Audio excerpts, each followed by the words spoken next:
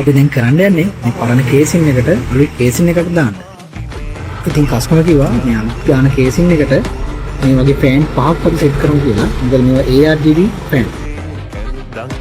ඉතින් අපි මෙන්න මේ වගේ මේ කේසින් එක තෝරගත්තා. මේ කේසින් එකට මේ වගේ ෆෑන් ටික අපි හයි කරගමු ඉස්සරහම.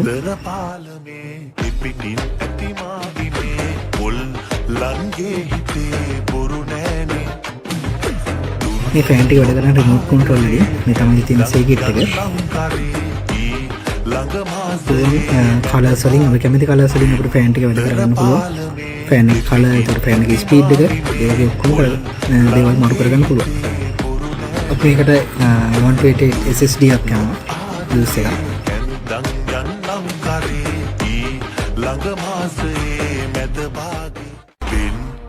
පාලමේ පිපිටින් ඇති මාවිමේ පොල් ලන්ගේ හිතේ බොරු නෑනේ දුන් නොත් ආදරේ කැන්දන් යන්නම් කරේ ඊ ළඟ මාසයේ මැද භාගේ පින්තර පාලමේ පිපිටින් ඇති මාවිමේ පොල් ලන්ගේ හිතේ ඔය තියෙන අපි හදලා කම්ප්ලීට් කරලා Windows දාලා හදාගත්ත PC එක බලන්න කොහොමද කියලා.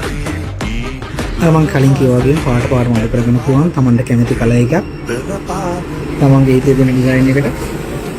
ඉතින් මේ වගේ වැඩක් කරගන්න ඕන නම් අපිට කතා කරන්න අපි NXIT බුද්ධිගම කෑගල්ල තියෙන්නේ. මම නම්බරේ දාන්නම් 077යි 66යි 10යි 490 කෝල් එකක් දෙන්න.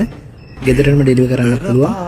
අපිට කතා කරන්න ඕනේ කස්ටමයිස් කරලා හදාගන්න පුළුවන් වාට මැෂින් එක.